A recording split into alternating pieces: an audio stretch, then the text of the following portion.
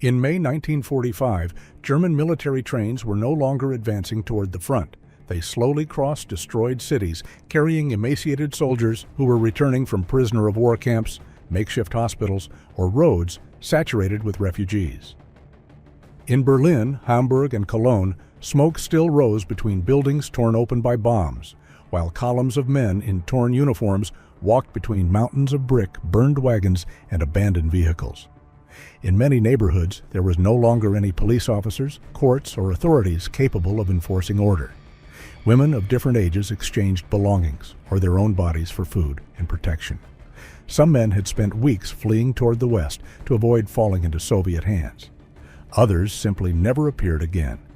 The Third Reich had ceased to exist. The figure of Hitler had already disappeared among the ruins of the Reich, but millions of German soldiers remained trapped between captivity, hunger, forced labor, and interrogations. Many would never return, and those who managed to return found an unrecognizable Germany, where the uniform, the insignia, and everything related to the ancient army was beginning to be eliminated. What happened to the millions of German soldiers who survived the collapse of the Third Reich? Red flag, ashes over Berlin. At 1 o'clock in the morning on April 30, Wilhelm Keitel received definitive confirmation that General Walter Wenck's advance had stopped south of Lake Schweilo and that the Ninth Army remained surrounded. That same day, American troops entered Munich, while in Italy they reached Turin. In Berlin, at 2:30 in the afternoon, Soviet Sergeant Melaton Kantaria managed to place the red flag on top of the Reichstag, although fighting still continued inside the building. Less than a kilometer from there, Adolf Hitler ate lunch for the last time inside the Chancellery bunker.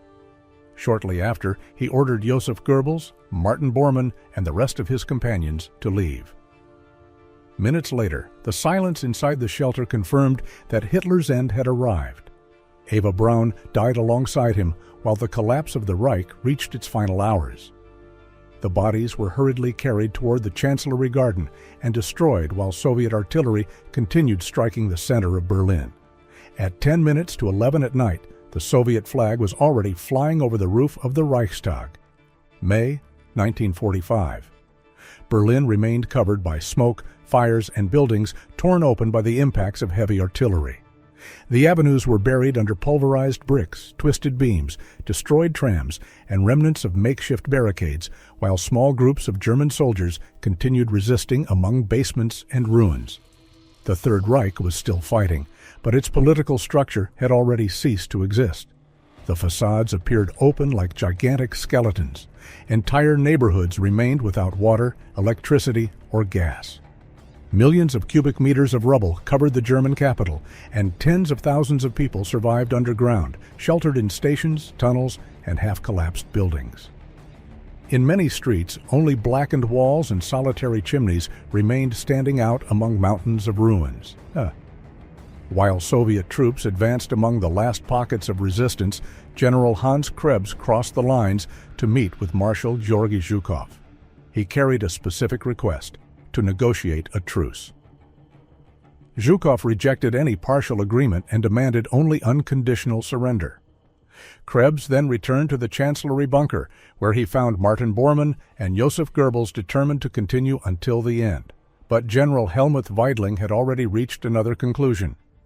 Without political authorization and acting on his own initiative, he ordered the Berlin garrison and the civilian population to cease all resistance. The German capital had stopped functioning as a political, military, and administrative center. The Nazi state was collapsing among fires, flooded tunnels, and buildings turned into rubble. Inside the underground shelter, the collapse of the regime took an even more brutal form. Goebbels decided that his 6 children should not survive the downfall of the Reich. Hours later, the children died, while the situation in Berlin became irreversible. Shortly after, Magda Goebbels and the propaganda minister himself also disappeared amidst the final hours of the regime. General Krebs did not survive those final hours either. Martin Bormann tried to escape Berlin by taking advantage of the nighttime chaos, although he never managed to leave the ruined city. That same day, Professor Max de Krinis also disappeared, one of the medical figures linked to the Nazi euthanasia program and the alleged drafter of the decree signed by Hitler in September 1939. While German power disappeared underground, shells continued falling over Berlin, and columns of smoke covered entire districts, reduced to rubble. At 6:45 in the morning on May 2, Zhukov formally accepted the surrender of Berlin. Hours later, the ceasefire went into effect. On that day alone, the Red Army captured 134,000 German soldiers. In Hamburg, similar negotiations began for the surrender of the city. Churchill announced before the House of Commons that more than 1 million German soldiers had laid down their weapons in northern Italy and southern Austria. But the end of the war was still far from appearing orderly. German roads remained saturated with military columns, advancing desperately toward the west, attempting to surrender to the British or Americans before falling into Soviet hands. For millions of men who had fought for years on the Eastern Front, the Red Army meant reprisals, forced labor, and a captivity that could last for years. While Germany was disintegrating, hundreds of thousands of prisoners continued to be moved between ports, camps, and railway convoys. In Lübeck, the SS attempted to board hundreds of Jewish women evacuated from Stutthof onto 3 large ships anchored in front of the port, the Cap Arcona, the Athena, and the Thielbeck. The captains refused to receive them. The vessels were already overcrowded with thousands of Jews, political prisoners, and Soviet captives. The small barges then returned toward the mainland. But when the deportees attempted to disembark during the following dawn, members of the SS, German sailors, and youth from the Hitler Youth opened fire with machine guns. More than 500 people died on the shore before managing to escape. The disaster continued a few hours later. The British aviation bombed the port of Lübeck, believing that high Nazi leaders were attempting to flee by sea. The ships loaded with prisoners began to catch fire one after another. The Athena managed to evacuate part of those traveling on board. The Thielbeck sank, leaving barely 50 survivors out of the 2,800 deportees it was transporting. The Cap Arcona burned completely before disappearing under the water. In the lower decks, hundreds of sick people died, burned too weak to escape. Other Soviet captives locked in refrigerated chambers remained trapped while the ship listed among flames. A young Jewish woman from Lodz would later recall how she saw men throwing themselves into the sea while enormous columns of fire covered the Baltic horizon. At the same time, the German military structure attempted to negotiate partial surrenders to save millions of soldiers who were retreating from the east. On May 3, Grand Admiral Hans-Georg von Friedeburg and General Hans Kinzel arrived at the headquarters of Marshal Bernard Montgomery in Wendisch-Even. They wanted to surrender only the German forces fighting against the British and Americans, while the rest continued retreating from the Eastern Front. Montgomery rejected any selective agreement. The units facing the Red Army had to surrender to the Soviets. He then issued a direct warning. If Germany did not accept his conditions, the war would continue, and all its soldiers would die. Friedeburg and Kinzel then returned to Flensburg to report to Admiral Karl Donitz, who was trying to maintain a practically ghost government near the Danish border. While those negotiations advanced, American troops occupied Berchtesgaden and took Hitler's Alpine retreat. They also liberated the Flossenburg concentration camp. Among the survivors were Léon Blum, former French Prime Minister, Kurt von Schuschnigg, former Austrian Chancellor, and Pastor Martin Niemöller, imprisoned for more than 7 years due to his religious opposition to the Nazi regime. In other regions of Europe, however, the SS continued trying to destroy documents and eliminate prisoners before the Allied arrival. The war was lost, but many German units continued acting as if there were still some possibility of concealing the crimes committed over years. In Ebensee, a subcamp dependent on Mauthausen, thousands of Jews transferred from Auschwitz were led toward tunnels excavated inside a mountain. The guards claimed it was for protection against Allied bombings, but the prisoners suspected they planned to blow them up inside the galleries. Among them was Lev Manovich, a Soviet Jew imprisoned since 1936 for espionage. Exhausted and on the verge of death, he began to shout in several languages that no one should enter. Fear spread rapidly among the deportees. The German officers hesitated. Many understood that the war was ending and that such a massacre could mean future convictions. Finally, they backed down. For the first time since their capture, the prisoners managed to stop a direct order from the SS. A few hours later, American forces arrived. The soldiers found piled corpses, barracks full of sick people, and thousands of survivors reduced to human skeletons. In Mauthausen, mass graves appeared with nearly 10,000 bodies. Many liberated individuals were too weakened to survive. Lev Manovich died 4 days after the American arrival. Others could barely stand on their feet while they watched the American tanks advancing between the barbed wire fences. For many of them, freedom arrived when there were no longer physical strengths left to understand what was happening. On May 6, General Alfred Jodl traveled from Flensburg to Reims to negotiate the definitive capitulation.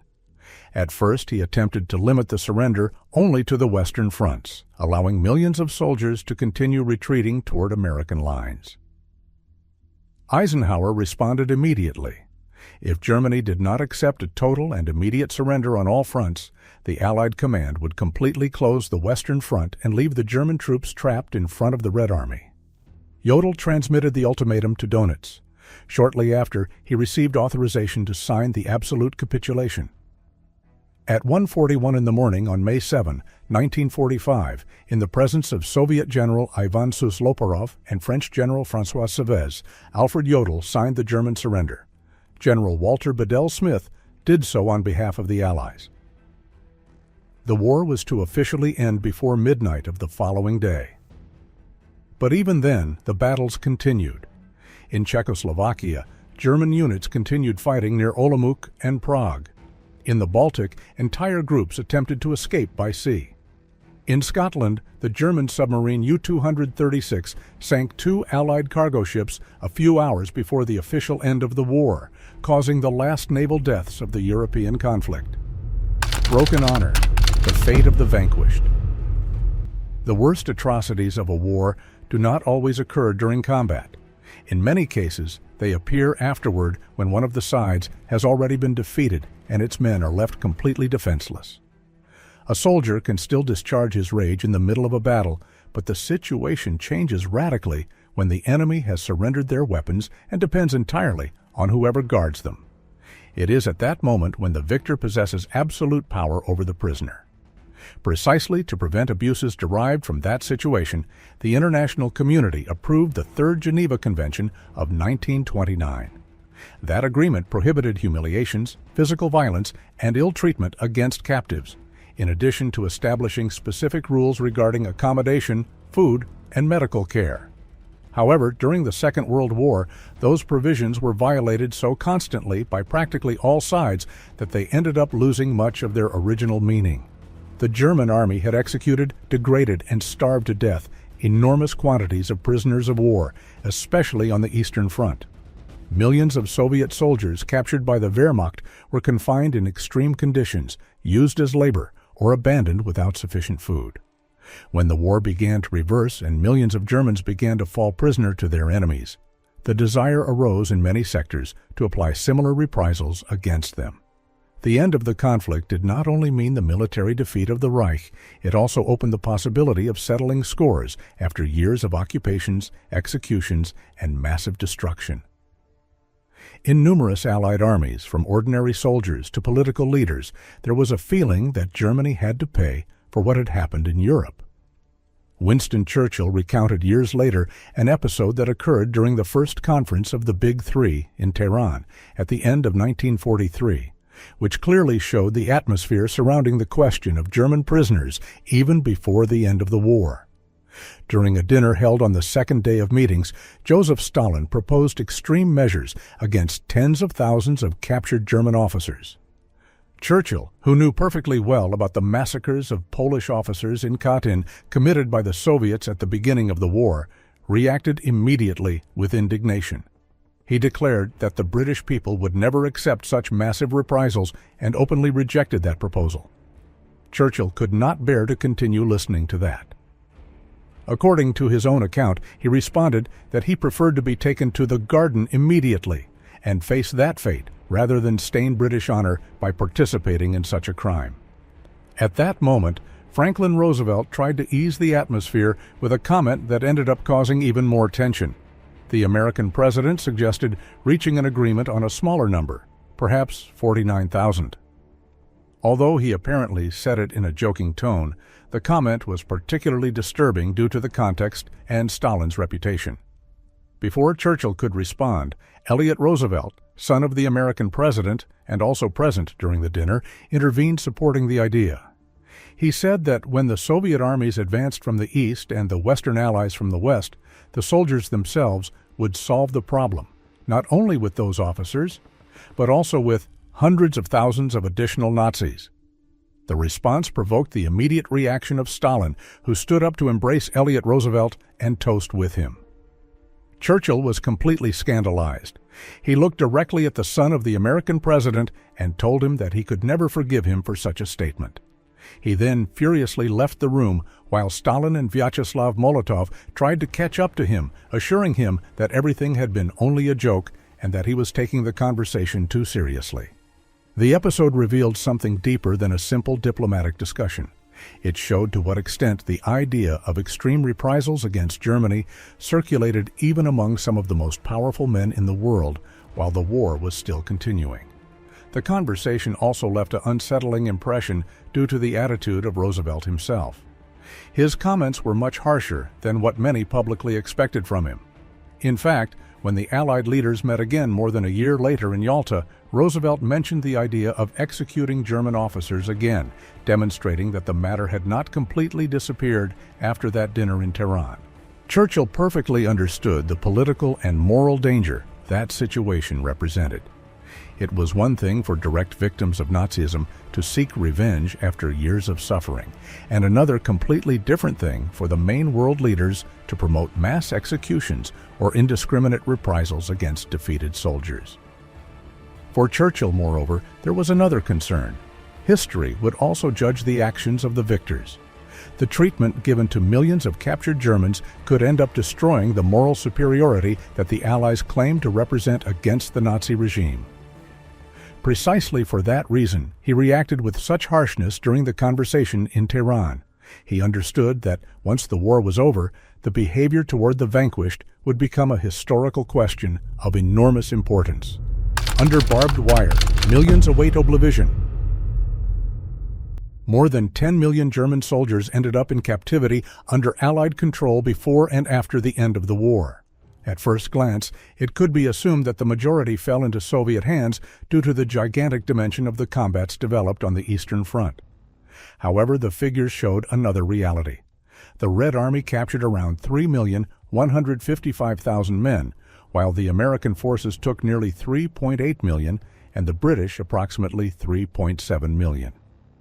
Even France, despite having participated less time in the final operations and having a much smaller army, managed to capture nearly 250,000 German soldiers. That difference reflected the deep fear that many Germans felt towards Soviet capture during the final months of the conflict. The priority of escaping the Red Army reached even the German High Command. When General Alfred August Jodl arrived at Dwight Eisenhower's headquarters to negotiate the capitulation, he deliberately delayed the signing for 2 complete days to allow more German troops to reach Western territory before the definitive closure of the front. The situation was also repeated in Yugoslavia. There, German forces and Croatian units ignored the surrender order issued on May 8 and continued advancing toward Austria for several more days. As a consequence, while the Western Allies began to receive gigantic quantities of surrendered men during April and May of 1945, the equivalent increase never occurred on the Eastern Front. Only the Americans captured nearly 1.8 million German soldiers during those 2 final months. The volume of prisoners quickly exceeded the logistical capacity of the British and Americans. As an improvised solution, the Allies set up 16 enormous temporary enclosures in the western region of Germany. Those places would be known collectively as the Rheinwiesenlager, the so-called Rhine Meadow Camps. Many had been designed to house about 100,000 people, but the figures grew far beyond any initial forecast. In Zinzig, more than 118,000 men were crowded. In Remagen, the figure quickly exceeded 134,000. Some small enclosures suffered an even worse saturation. Bol, prepared for barely 10,000 people, ended up housing more than 3 times that amount. With the passing of the weeks, the Allied commanders themselves began to admit that the situation was out of control. Urgent memorandums circulated among different commanders requesting food, blankets, medical materials, and additional personnel. In many cases, there were no barracks or tents, and the captives remained completely exposed to the wind, the rain, and the cold. A soldier held in Rheinberg wrote in an improvised diary on toilet paper that he slept directly on the ground, using a military bag as a pillow and digging small holes in the mud to protect himself from the wind. During storms, the walls of those holes collapsed on those who tried to rest inside them.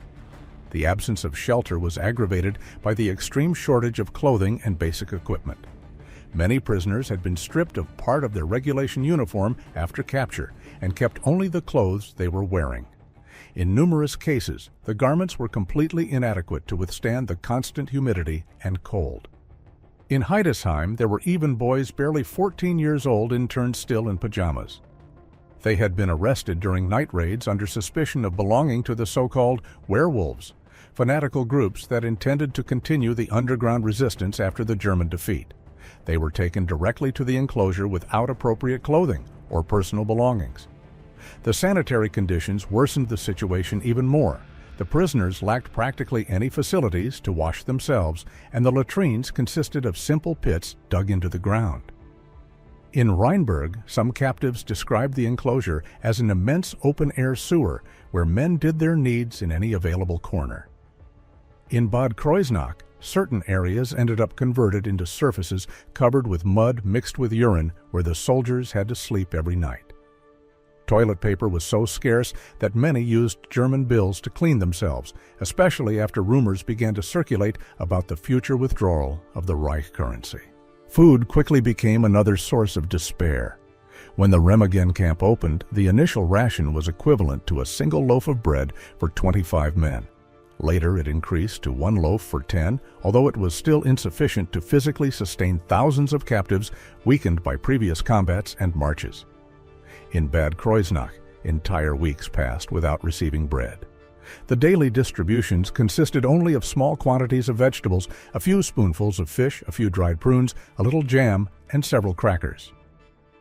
In Bad Hersfeld, the diet barely reached 800 calories daily. Many soldiers began to lose weight until they were converted into skeletons. To complement those miserable rations, numerous prisoners searched for any edible plant inside the enclosures. Some prepared improvised soups using nettles or dandelions cooked over small campfires. Others dug desperately in the ground, using empty cans to find buried turnips, which they then ate raw. That practice caused outbreaks of dysentery in different sectors of the camps. However, the lack of food was not the only problem. Water became an even more critical necessity. George Weiss, a tank mechanic captured by the Americans, would later recall that on a certain occasion, they spent 3.5 complete days without receiving drinking water. Some men ended up drinking their own urine, while others threw themselves to the ground trying to lick the moisture from the mud. The situation was equally serious in other enclosures. In Bad Kreuznach, there was a single tap to supply more than 56,000 men, and the water had to arrive daily in tanker trucks to the outer barbed wire fence. In Buderich, 5 taps served more than 75,000 captives and were only open for 1 hour each night. When some prisoners asked the American commander why the conditions were so harsh, he supposedly responded that that would serve so that the Germans would lose forever the taste for military life. For thousands of weakened, sick, or wounded soldiers, such conditions proved fatal. With the passage of time, an intense debate began about how many men really died inside the Rheinwiesenlager. The writer James Bach maintained years later in his book Other Losses that around 800,000 German soldiers perished under American custody. According to his interpretation, the jokes made by Franklin Roosevelt about executing German officers reflected a general atmosphere of vengeance within part of the American administration. However, numerous researchers and specialists subsequently discredited those figures and questioned much of his conclusions. The official German estimates presented by the commission headed by Erich Maschenke placed the registered deaths in the Rhine camps at approximately 4,537 people. Other researchers admitted that the real number was probably higher due to administrative disorder and the absolute chaos experienced during those months. Even so, the majority agreed that the victims could hardly exceed an approximate maximum of between 50,000 and 60,000 men. That did not mean that the large mortalities of prisoners had not occurred during the European post-war period.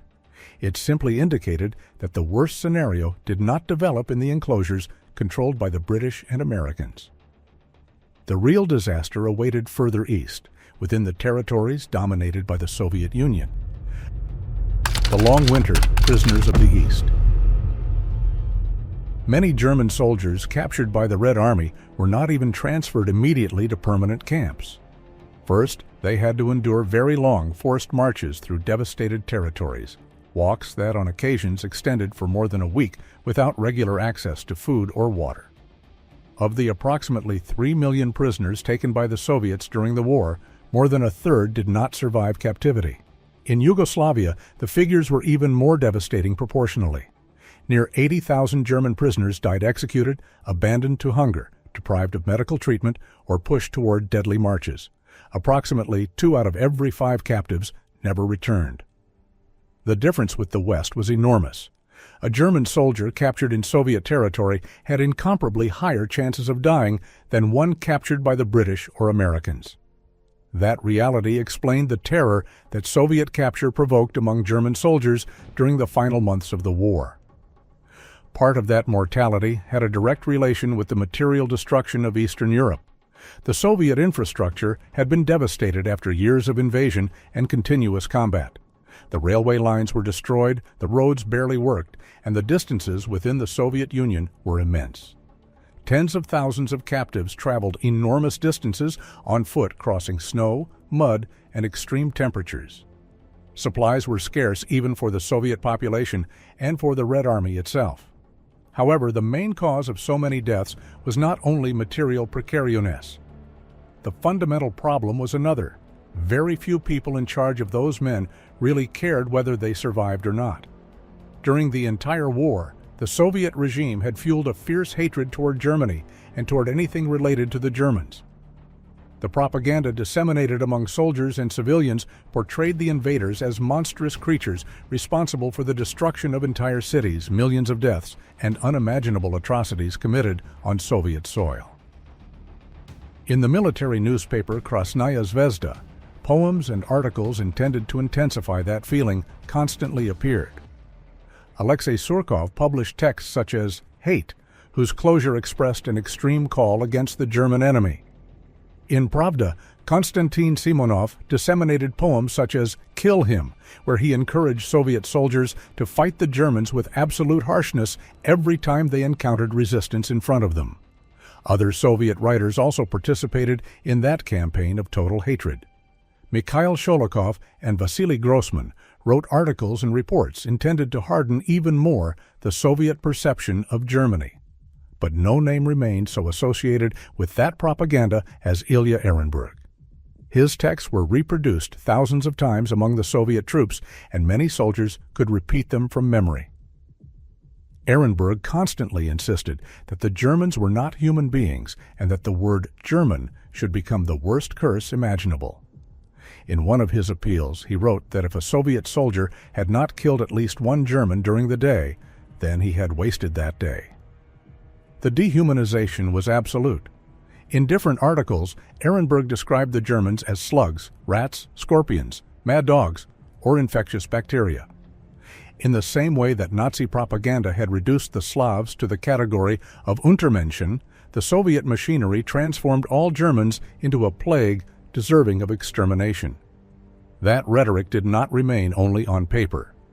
When the Red Army finally advanced toward German territory in 1945, many soldiers arrived convinced that vengeance was a legitimate right after what had happened in the Soviet Union during the German invasion. Numerous captives were executed immediately after surrendering, even when there were official orders contrary to those practices. Others died during chaotic celebrations of intoxicated Soviet soldiers who shot at entire columns of prisoners simply for fun. On occasions, groups of soldiers opened fire on unarmed men in the same way that German troops had attacked Soviet prisoners during 1941. Similar situations occurred also in Yugoslavia, where captives were executed for minimal faults, for insignificant arguments, or simply because some guard wanted to discharge his fury accumulated after years of German occupation. The horror did not affect exclusively German soldiers. Thousands of combatants from other countries allied to the Axis also remained trapped within the Soviet system. Near 70,000 Italians were captured by the Red Army, and many never returned.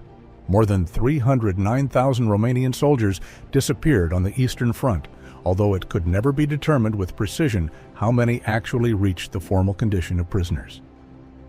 After the war, around 600,000 Hungarians, including both civilians and military personnel, were detained and sent to Soviet labor camps only for belonging to the wrong nationality.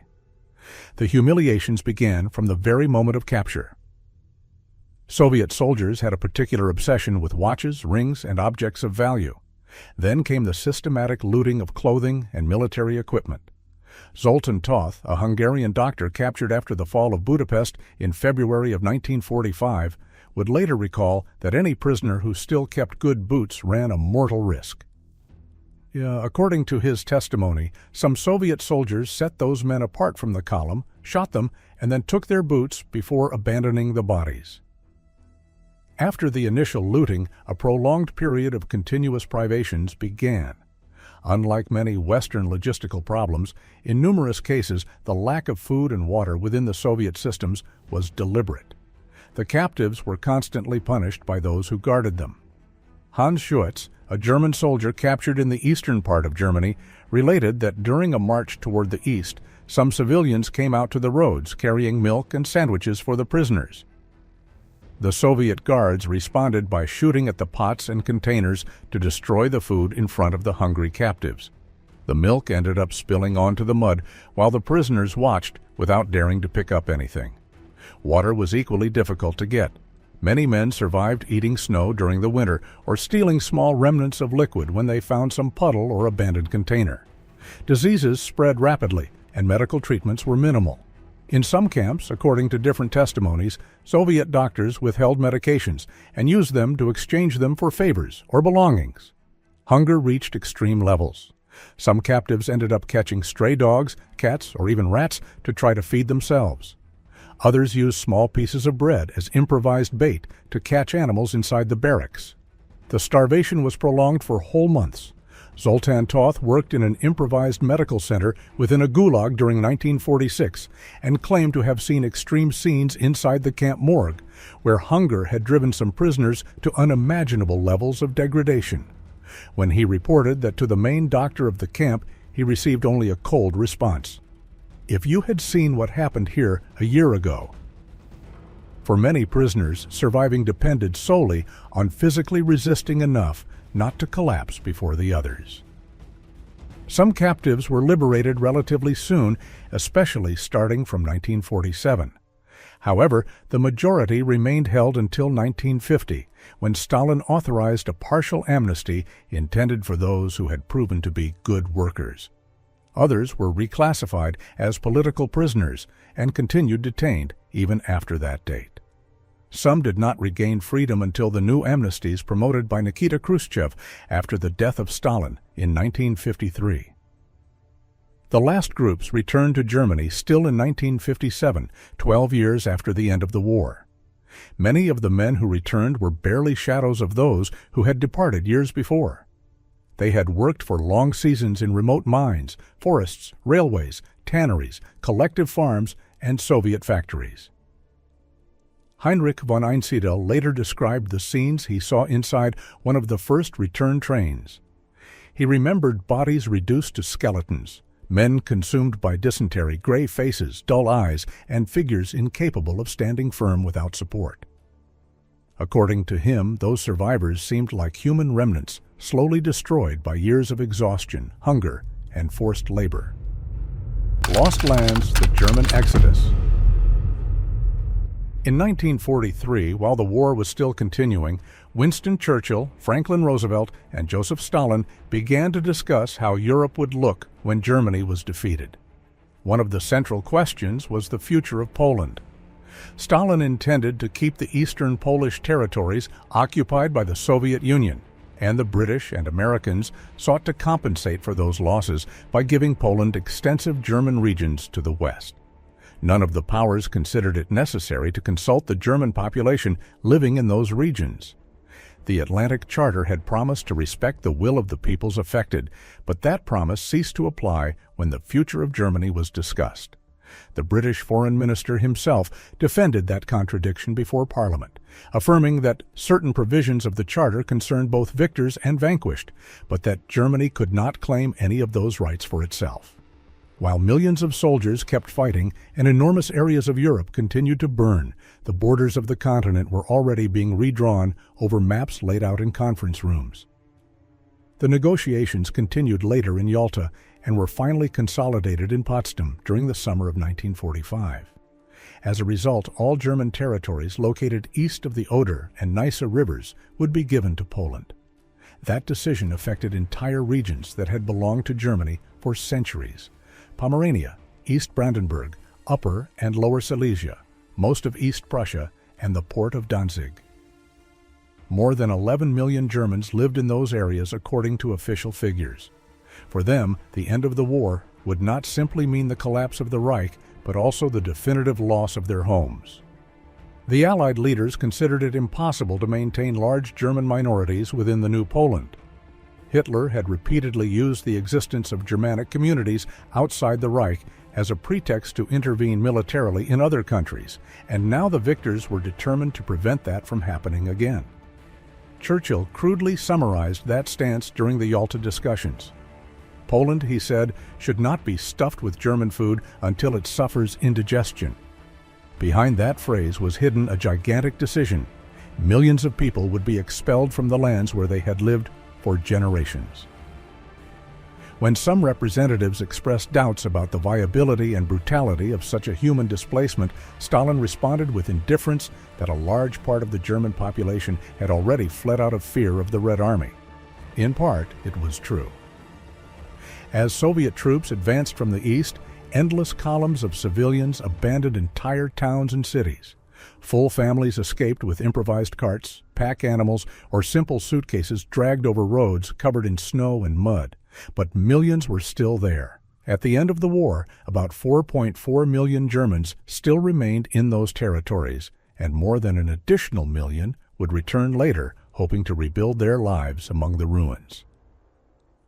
For the new Soviet and Polish authorities, however, those people no longer had a place on the post-war political map.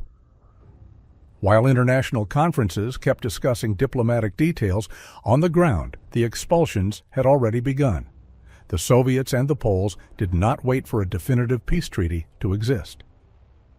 From the first months following the German surrender, they began to evict complete neighborhoods, take German properties, and send the population toward the west in trains and improvised convoys. In the autumn of 1945, the American ambassador Arthur Bliss Lane visited Wrocław, formerly German Breslau, and found a city subjected to a rapid transformation. The signs in German had disappeared, and the streets were beginning to adopt Polish names. New settlers were arriving from other regions of Poland to occupy the emptied homes. Soviet troops and Polish groups looted homes, confiscated properties, and, on numerous occasions, committed rapes and assaults.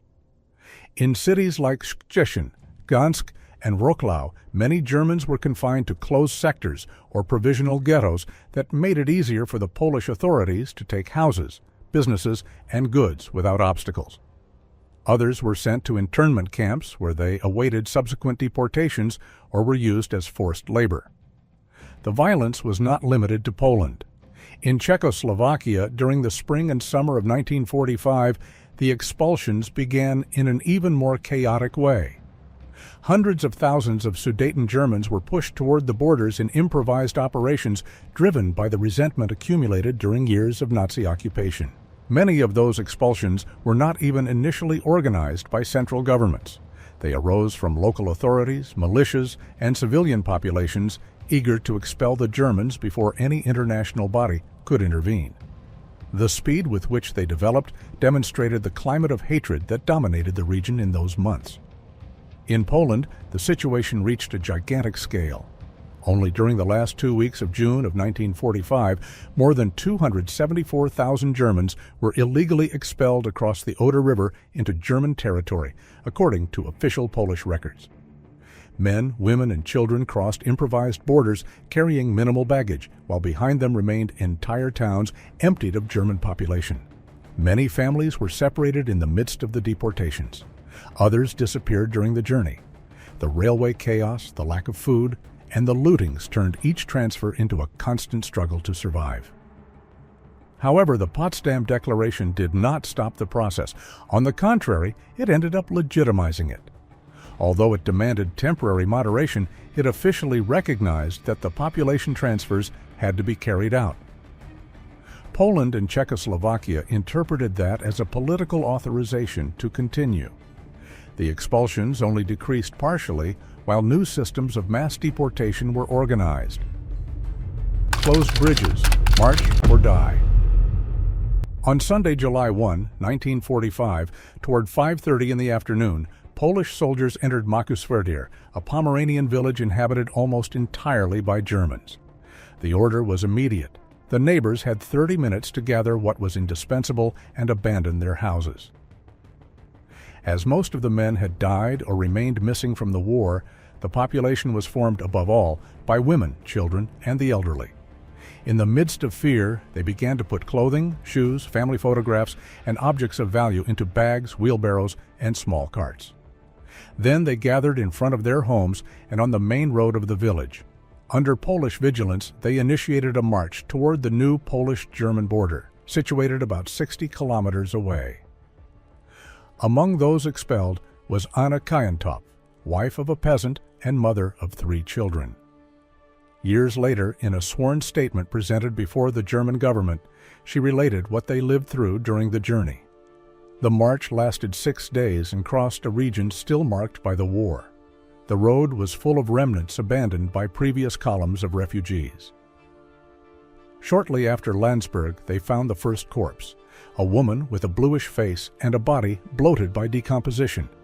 From that moment, the dead became part of the landscape. In a forest, they saw bodies of animals and people buried barely under a thin layer of earth, with heads and feet protruding from the improvised graves. The column advanced with irregular slowness. Some days they covered 9 kilometers, others barely 3. On occasions, they reached 20. Many survived eating what they found in the fields or green fruit plucked at the edge of the road. Bread was scarce. Anna's daughter, Annalore, fell ill after drinking contaminated water in wells and watering troughs. Others fell from hunger or exhaustion. Children under 1 year old were the most vulnerable. There was no milk, and although some mothers prepared thick soups to try to keep them alive, the journey was too long. First, they endured a scorching sun. Afterward, cold rains that left the bodies without defense. At night, some refugees sought shelter in barns or bombed houses. Anna preferred to sleep in the open air because many buildings were dirty and full of people. That decision also partially protected her from nighttime robberies. In the darkness, armed groups attacked those who tried to keep their belongings. Discharges were often heard when someone resisted. Insecurity was constant. No one knew if the next stretch of the road would bring food, shelter, looters, or a new marching order.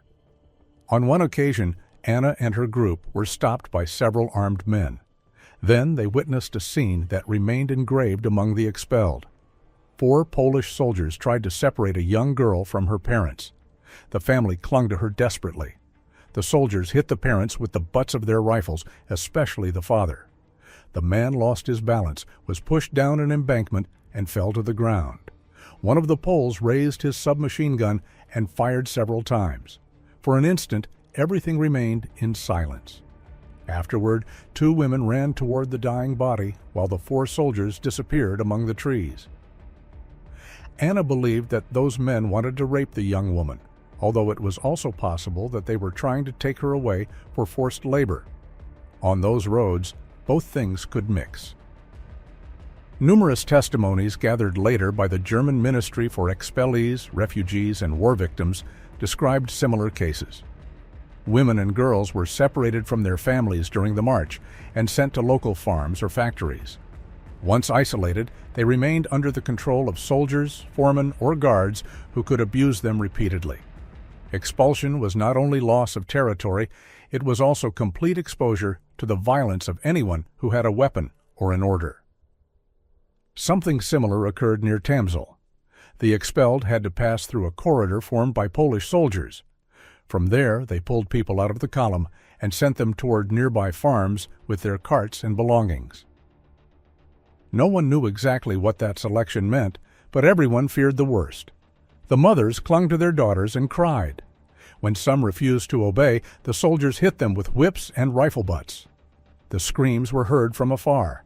Elsa and Hilda Mittag broke into tears when they were ordered to abandon the line. Anna told them that it was no use resisting. If they refused, they would beat them to death. Their only hope was to obey and try to escape further ahead. Russian soldiers observed the scene without intervening. The expelled begged them for help, but they simply shrugged their shoulders and indicated that the Poles ruled there. Anna then saw a Polish officer of higher rank. Desperate, she pointed to her 3 children and asked him what she should do. She did not remember later all the words she pronounced, but the officer responded briefly, "Go to the road." Anna took her cart and moved away as fast as she could with the children. That order saved her family from being separated at that point of the journey.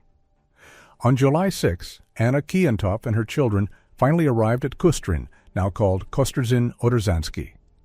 They tried to cross the Oder, but the border guards denied them passage across the bridge and forced them to retreat. Without another option, they walked toward the south in the direction of Frankfurt an der Oder. That night, a thunderstorm fell. They spent hours by the river, without a roof, without food, and without water, without knowing if the next day they would be permitted to enter Germany. Anna managed to cross later after suffering new robberies, including one committed by Russian guards on the bridge.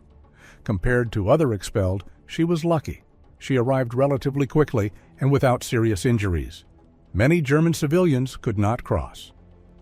The Soviet authorities, alarmed by the saturation of refugees in their occupation zone, ordered to prevent the entry of new groups across the river. Some expelled were sent toward the border by Polish guards and then turned back by Soviet troops.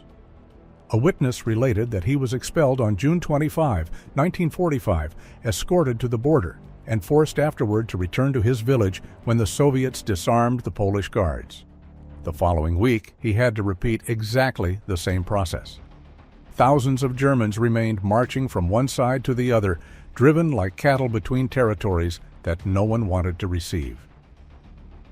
The testimonies of those days repeat the same scene: absolute disorder, constant robberies, and violence without effective authority. The expelled denounced that everything they carried on them was taken away. Some were insulted, spat upon, whipped, or beaten during the way. Official policy aggravated the situation even more.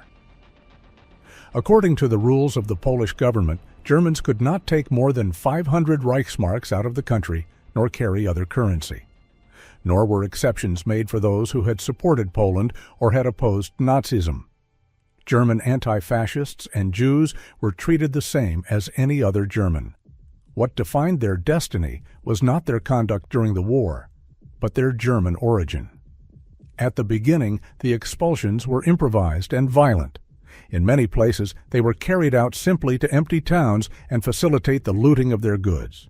As there were not enough means of transport, entire communities were forced to walk toward the borders. Only at the end of 1945 and beginnings of 1946 did a more orderly state system with trains begin to be organized. The Polish authorities then drafted rules to moderate the process. Unaccompanied minors, the elderly, and the sick were only to travel during the summer in trains with medical supplies. Heavily pregnant women were not to be deported until after childbirth. Each transport had to carry German-speaking medical personnel, sufficient food, water, and 10 Polish guards. In practice, those rules were fulfilled in an irregular way. A subsequent agreement between Polish authorities and the British Army established a provisional schedule and repeated that only people physically capable of withstanding the journey should travel. The measure responded to international reports that had denounced extreme abuses during the previous summer, when orphanages and hospitals in East Prussia had been emptied directly into trains without medical attention or adequate supplies. But the system remained overwhelmed. Many Germans concealed illnesses or pregnancies to manage to get onto the transports and abandon Poland. Some Polish officials permitted it because they wanted to expel as soon as possible those who were no longer useful. Young people fit to work were usually retained. The elderly and sick were sent first. The conditions inside the trains were appalling. A German priest who saw transports arrive at the border described wagons locked from the outside, full of men, women, and children mixed together for days. In Gorlitz, when they opened one of those wagons, they pulled out 10 corpses and placed them in coffins prepared beforehand. He also saw people who had lost their minds during the trip. The bodies of the deportees were covered in excrement because they did not have sufficient space to move nor to do their needs in a separate place. The expelled were told to carry provisions for 4 days, but some trains remained stopped for days or weeks on sidings waiting for authorization to enter the Soviet zone of Germany. A refugee from Nysa, deported during the winter of 1946, related that his train remained 3 weeks near the border. When the food was exhausted, he had to exchange belongings with villagers to get something to eat. Each day, Polish militiamen entered the wagons and stole money, watches, shoes, boots, or even the food that the refugees had just obtained. But the cold and the hunger were worse than the lootings. The cracks let freezing wind, rain, and snow pass. At dawn, the guards opened the doors and removed the dead of the night. Sometimes there were up to 10 bodies. When some groups were forced to get off the train near the border, they had to walk the last stretch toward the Russian zone. On the way, their suitcases and shoes were stolen from them. In Forst, a group arrived at 3 in the afternoon, but the Soviets prohibited them from entering the town and tried to send them back. Only at 8 at night were they permitted to seek shelter from the cold. The Soviet zone next to the border was already saturated with displaced people. Near Gorlitz, notices appeared on telegraph poles warning that there was hunger in the city and that all refugees should head to places where the food situation was not so serious. The warning was direct. Whoever ignored the notice would probably die of hunger. Some trains managed to penetrate further into Germany, but there they found no relief. In the summer of 1945, Lieutenant Colonel William Byford Jones witnessed the arrival of a convoy from the east. It was a mixture of cattle and cargo wagons, so full that some people were lying on the roofs hanging from the sides or fastened to the bumpers. The children were tied with ropes to pipes, vents, and metal pieces to prevent them from falling. Upon stopping, the platform was already full of other refugees who had nowhere to go. The crowd barely left space for the newcomers to get down. The scene was one of absolute exhaustion. Entire families remained standing, clutching their bundles or sitting on them. They wore their hair tangled, their clothes dirty, their skin covered in soot and grime. Many children had open wounds and scratched themselves without stopping. The elderly, unshaven and with red eyes, seemed incapable of understanding where they were. Upon understanding that Germany offered no shelter, food, nor order, many broke into screams of despair. They had arrived in the country that was supposed to receive them, but they found full stations, devastated cities, and authorities incapable of attending to new human masses. Only with time did the situation begin to improve. Transit camps and shelters were set up, railway tracks were repaired, and some wagons received heating. The Poles learned to move large quantities of people with greater speed, and Soviets, British, and Americans organized better the reception and distribution of the expelled. But those improvements arrived late for thousands. The pause demanded in Potsdam to prepare more orderly transfers was not respected at the beginning. Because of that impatience, an unknown number of German refugees died during marches, stopped trains, nights in the open air, and border crossings where no one wanted to take charge of them. Erasing the past, the German denazification. When millions of German soldiers began to return from captivity, many discovered that the country for which they had fought had disappeared completely. The Reich no longer existed. The cities were destroyed, administrative buildings functioned among ruins, and the ancient German army had been disbanded by order of the Allies. Railway stations received daily columns of exhausted men who descended with worn uniforms, visible wounds, or years of captivity upon them. Some returned from British or American camps, others appeared after years of forced labor in the Union of Soviet Socialist republics. In many homes, there was no longer anyone waiting for them. The demilitarization began immediately. The Allies did not intend only to defeat Germany on the battlefield. They wanted to prevent the German military tradition from organizing society again. Parades, military ceremonies, training, and military organizations were prohibited.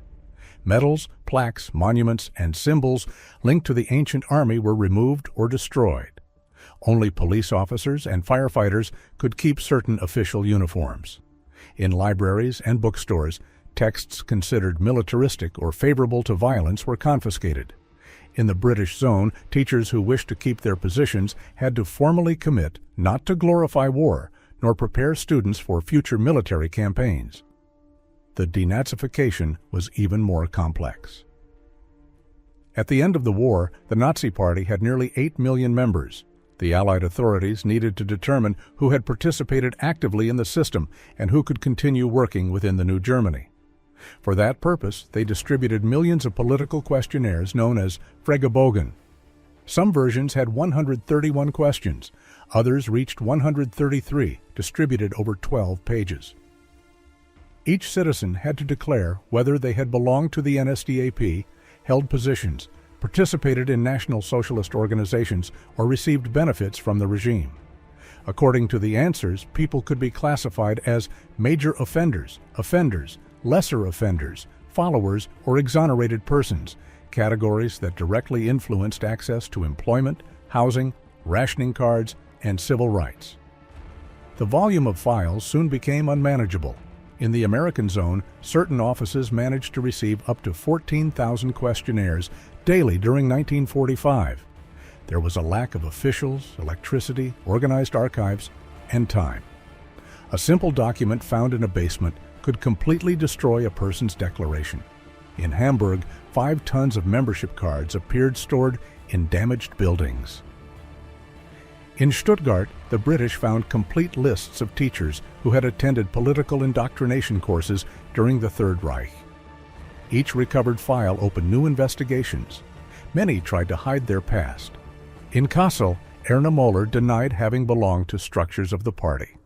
But the authorities discovered that the professional promotion she described could only have occurred within the Nazi administration. In Stuttgart, Hans Rühl, responsible for railway maintenance, claimed to have acted solely as a neutral technician. However, documents recovered in his office showed orders that gave absolute priority to transports linked to the NSDAP. The investigations constantly depended on testimonies, neighbor complaints, and papers rescued among destroyed buildings. Not all cases were simple. In Munster, Wilhelm Kersting was accused by several neighbors of sympathizing with the Gestapo. However, a box of reports found in a flooded basement revealed that the Nazi secret police themselves had monitored him since 1935 for maintaining critical attitudes toward the regime. In Darmstadt, Otto Feldman, a postal employee affiliated with the party since 1937, also remained trapped within that gray zone. Some witnesses affirmed that he had forged documents to permit families of deportees to send clandestine correspondence. His file remained open for 9 months because the authorities could not find a clear category to judge cases like his. But the Allies faced a permanent contradiction. Germany needed to keep functioning. It was necessary to reopen schools, administer hospitals, repair railways, distribute food, and control destroyed cities. The problem was that a large part of those who possessed technical experience had worked under the Nazi regime. In Marburg, an American officer found complete filing cabinets organized by professions: teachers, nurses, veterinarians, railway workers, accountants, and public officials affiliated with the party. Expelling them all would have completely paralyzed the country. While the common population filled out questionnaires, the main Nazi leaders were prepared for an international trial. The Allies agreed that the central figures of the regime had to be punished, although differences existed on how to do it. Some governments defended immediate executions. Finally, it was decided to create a public tribunal. Nuremberg was chosen for both practical and symbolic reasons. There, the Congresses of the Nazi Party had been celebrated, and the Palace of Justice remained relatively intact with an incorporated prison. The trial began on November 20, 1945. 21 Nazi leaders occupied the dock. Among them was Hermann Göring, former Reich Marshal and designated successor of Hitler. Figures like Ernst Kaltenbrunner, Joachim von Ribbentrop, and Wilhelm Keitel also appeared. The prosecution gathered more than 110,000 captured documents, thousands of photographs, and kilometers of film. The authorities intended to show not only the individual responsibility of the accused, but the complete functioning of the Nazi machinery. The images projected inside the room produced an immediate impact. On November 29, the American prosecution showed films of liberated concentration camps. Barracks full of corpses, mountains of personal belongings, mass graves, and piled bodies appeared before judges, journalists, and the accused. Subsequently, the Soviets presented images about Majdanek, Auschwitz, and the destruction caused by the German invasion in the Union of Soviet Socialist Republics. The room remained in silence during several sessions. Many of those present observed those scenes for the first time. The public confrontation with the Nazi crimes continued outside the courtrooms. German prisoners of war and civilians were shown films like Die Todesmühlen and Weltim Film No. 5. In some places, the viewers deliberately turned their gaze away so as not to observe the images. Near Weimar, groups of inhabitants were taken to Ettisburg to directly contemplate mountains of corpses discovered in the nearby camps. Posters appeared along the streets with photographs accompanied by a direct accusation. These atrocities, your fault. The press and the radio remained subjected to Allied control. Newspapers could only function with military authorization. On October 17, 1945, Die Neue Zeitung appeared, financed by the American Army. In its first edition, Dwight D. Eisenhower affirmed that militaristic ideas had to disappear from the German mind, and that aggression had to be taught as immoral. By January 1946, the newspaper reached a circulation close to 1,600,000 copies and more than 10 million readers.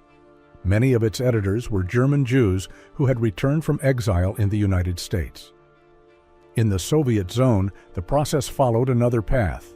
There, denazification advanced in a faster and more severe way. Former officials, police officers, public employees, and teachers linked to the regime were arrested or sent to labor camps under Soviet control. Between 1945 and 1946, more than 120,000 Germans were displaced through those procedures. In parallel, the construction of new political structures aligned with Moscow began. The purging did not only seek to eliminate the Nazi past, but to ensure political control of the Eastern German territory. With the passing of the years, priorities began to change. The growing tension between the West and the Union of Soviet Socialist Republics transformed Western Germany into a strategic piece within the Cold War. Many files ceased to advance, and numerous former members of the regime gradually returned to offices, factories, schools, and companies, because the new Germany needed technicians, administrators, and experienced workers to rebuild itself. The combat against communism began to occupy the place that the persecution against former Nazis had previously held. On September 20, 1949, Konrad Adenauer declared before the Parliament of the new Federal Republic of Germany that the moment had arrived to leave the past behind. The priority was no longer only to punish, but to rebuild the country. Western Germany needed to produce, stabilize itself, and convert itself into a reliable ally against the Soviet bloc. The political persecution decreased and numerous denazification processes were officially closed.